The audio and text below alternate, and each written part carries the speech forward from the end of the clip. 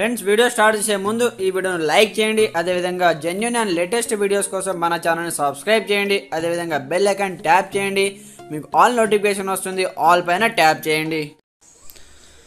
Hi friends, welcome back to our channel. So friends, మనకు రైతు రుణమాఫీకి పైసలు రెడీ అంటూ కూడా లేటెస్ట్గా మరొక అప్డేట్ చూసుకోవచ్చు అన్నమాట. ఇప్పటికే ఖజానాలో 15,000 కోట్లు అంటూ చూసుకోవచ్చు.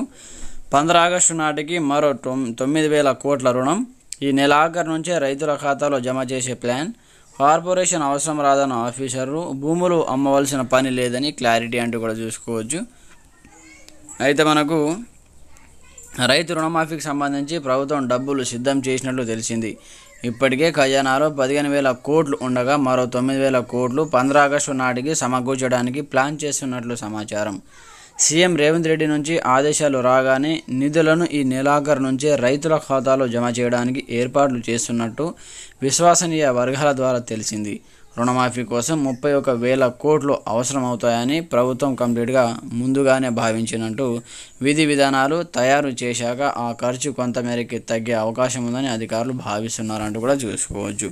ఆల్రెడీ విధి విధానాలు అయితే ఖరారు చేయడం జరిగింది. సో ఖరారు చేసిన తర్వాత కూడా కొంతమేరకు తగ్గే అవకాశం ఉందంటూ కూడా చూసుకోవచ్చు. అయితే సీఎం రేవంత్ రెడ్డి ఆదేశాలు ఇచ్చిన వెంబడే రైతుల ఖాతాలో కంప్లీట్గా డబ్బులు రుణమాఫీకి సంబంధించి ప్లాన్ చేసి జమ చేయడానికి ప్లాన్ అయితే రెడీగా ఉందంటూ కూడా ఇక్కడ అప్డేట్ చేసుకోవచ్చు అన్నమాట.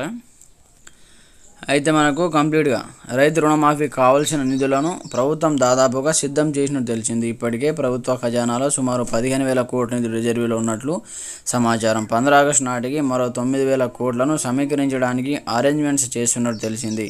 సీఎం రేవంత్ రెడ్డి ఆదేశించిన మరుక్షణమే కంప్లీట్గా రైతుల అకౌంట్స్లో నిధులను జమ చేయడానికి అన్ని ఏర్పాట్లు జరుగుతున్నాయని చెప్పడం జరిగింది. అయితే 2 లక్షల రైతు రుణమాఫీ కోసం 31,000 కోట్లు అవసరమవుతాయని ప్రభుత్వం ముందుగా భావించింది.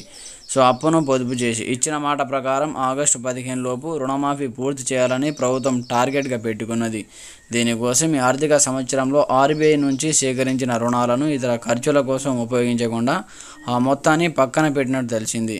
ఒక్క పైసా ఖర్చు చేయకుండా కేవలం రుణమాఫీ కోసం ఓ ప్లాన్ ప్రకారం వాటిని బ్యాంకులో దాచినట్టు సమాచారం.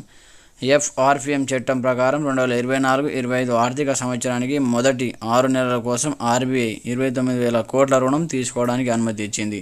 ఆ సొమ్ము మొత్తాన్ని రుణమాఫీ కోసమే వినియోగించడానికి అయితే ప్రభుత్వం ఆలోచన చేస్తుందంటూ చూసుకోవచ్చు. అయితే మనకు భూములు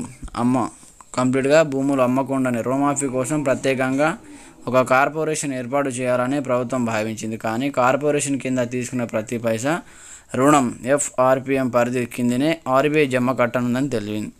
దీంతో కార్పొరేషన్ ఏర్పాటు వల్ల అదనపు ప్రయోజనం లేదని నిర్ణయానికి వచ్చిన ప్రభుత్వం సర్కారు భూములను విక్రయించాలని భావించింది. అయితే భూముల విక్రయంతో రుణమాఫీ కావాల్సిన నిధులు సమీకరణ కష్టమని నిపుణులు చెప్పడంతో ఆ ఆలోచనను విరమించుకుందంటూ కూడా చూసుకోవచ్చు.